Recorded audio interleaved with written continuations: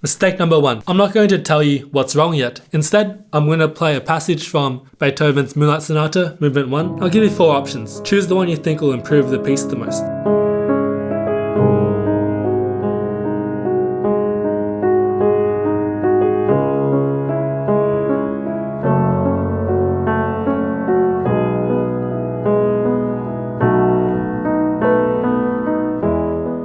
The melody in music is the part that comes out the most. Relating to a pop song, the melody is sung by the singer and the accompaniment are your drums, piano, guitars, everything else. They are generally quieter than the melody. It sounds nicer when the melody is louder. It's more memorable. To try and find the melody, it's usually something that you can hum along to. The fix here is to first identify where the melody is in your piece. After that, create contrast. So either make your melody louder than your accompaniment or instead make your accompaniment go quieter. That creates the contrast between the two. Or the last one, separate both, melody louder, accompaniment quieter.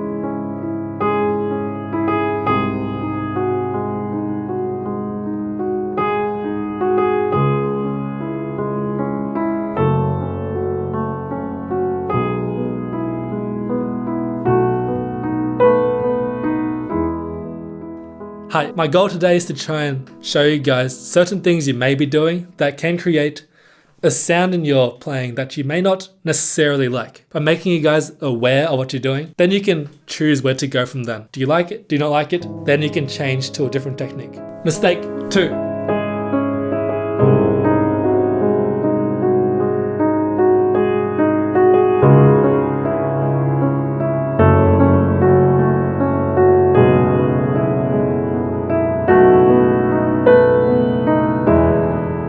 The issue here is overpedaling. Overpedaling creates a blurring of the notes, which can sound messy. Now there's 2 things you can do to help fix this overpedaling. The first thing is make sure you're doing a full clearance of the pedal when you're lifting it up and down. Second thing is make sure that you're allocating the specific times to clear the pedal. So how frequently you're doing it and when exactly you are doing it. On to mistake 3.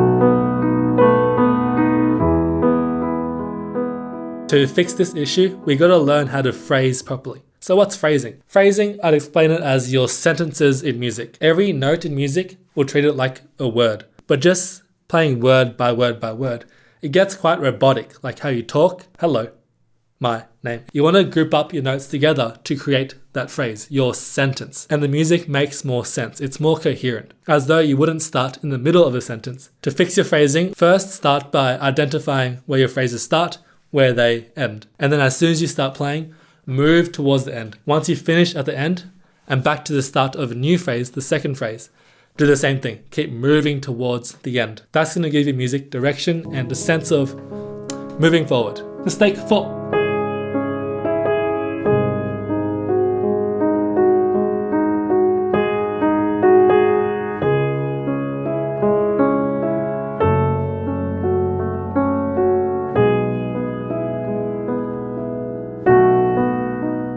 The issue here is overuse or excessive rubato. So rubato is your expressive and rhythmic freedom in music. It's often characterized in your playing as either slowing down sections or speeding up sections. Now when I say overuse is subjective, but my point here is don't use rubato to cover up weaknesses in your piece, so your technical limitations. The fix here is to be selective with your rubato. Place it in parts of your music where you think it will have a nice effect and make the piece sound nicer. If you guys have been enjoying the video, make sure to like it, comment, and subscribe.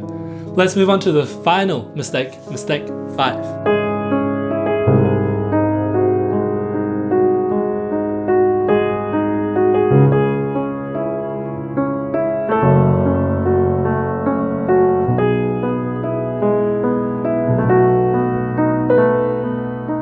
The thing to fix here is to start synchronizing your notes. Having too many unsynced notes when they should be striking at the same time can create a fairly messy effect to your playing. There's a couple reasons as to why your notes may not be playing together. So try these little fixes, see which one works for you. The first is to check whether your wrist is helping with your movements. The wrist moves all the fingers, because it's connected to all the fingers. That makes sure all the notes come down at the same time. The next one is to check whether your fingers are bent in the right position. If one finger isn't as bent as it should be, it means it's striking later or too early. Another fix is to see whether you're striking with the appropriate amount of force for each finger. Some fingers need more force, like your fourth and your fifth finger, so try and see if putting more force through those fingers gets your notes playing together. And that's a quick little video on 5 fixes you can do to your piano playing that can make it sound better. If you guys like it, make sure to like, comment, and subscribe. And I'll see you guys next time. Bye!